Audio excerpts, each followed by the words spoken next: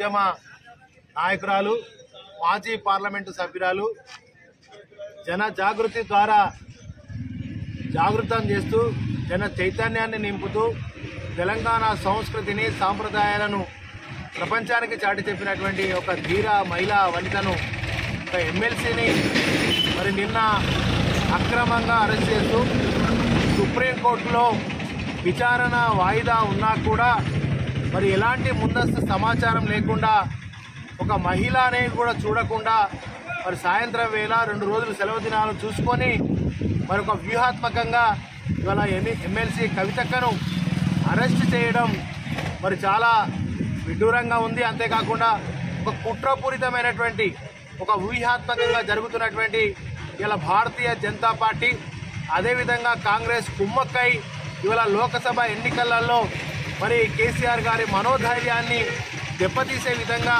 ఈరోజే మరి ఎన్నికల షెడ్యూల్ వస్తున్నటువంటి సందర్భంలో చూసి మరి వాళ్ళు అప్రసామాజికంగా ఇవాళ చాలా మరి కుట్రపూరితంగా అరెస్ట్ చేయడం మేమందరం కూడా దీన్ని ఖండిస్తూ ఉన్నాం. అంతేకాక యావత్ తెలంగాణ ప్రాంతం అంతా కూడా, తెలంగాణ ప్రజలందరూ కూడా ఈ యొక్క పరిణామాన్ని ఖండిస్తూ ఉన్నారు, వ్యతిరేకిస్తూ ఉన్నారు. హెచ్చరిస్తున్నాం కేంద్ర ప్రభుత్వాన్ని మరియు రాష్ట్ర ప్రభుత్వాన్ని, ఏదైనా ఒక మహిళ అనేటువంటి భారతదేశం, మహిళలను గౌరవించబడేటువంటి ఈ ప్రాంతం భారతదేశం, అటువంటిది ఒక మహిళ అనేది కూడా చూడకుండా మరి అక్రమంగా అరెస్ట్ చేసి ఎలాంటి సమాచారం లేకుండా అరెస్ట్ చేసినటువంటి కవితక్కను వెంటనే విడుదల చేయాలి. మరి కవితక్క ఎలాంటి తప్పు చేయలేదని సమాజానికి తెలుసు. మరి ఈ కేసులో సుప్రీంకోర్టులో వాయిదా ఉన్నా కూడా మరి కవితక్క ఒక అడిగిన ముత్యంలాగా రేపు బయటకు వస్తుంది తప్పకుండా.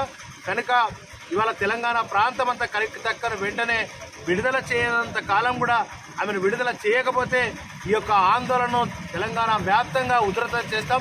అరెస్ట్ చేసేంత వరకు కూడా మరి న్యాయ పోరాటం చేస్తామని చెప్పి తెలియజేస్తూ, నరేంద్ర మోడీ మరి మీకు ఇవాళ దేశ ప్రజలందరూ కూడా ఒక మహిళకు గౌరవం ఇవ్వలేదు, గిరేం మరి ఇట్లాంటి ఒక ప్రధాని ఉండడం చాలా సిగ్గుకరం అని చెప్పి ఇలా మహిళా ప్రపంచం అంతా కూడా ఇవాళ చూస్తున్నటువంటి తరుణం కనుక తప్పకుండా ఇవాళ తెలంగాణ యావత్ మహిళల పక్షాన, తెలంగాణ ప్రాంత పక్షాన కవితక్కను వెంటనే విడుదల చేయాలని చెప్పి డిమాండ్ చేస్తాం.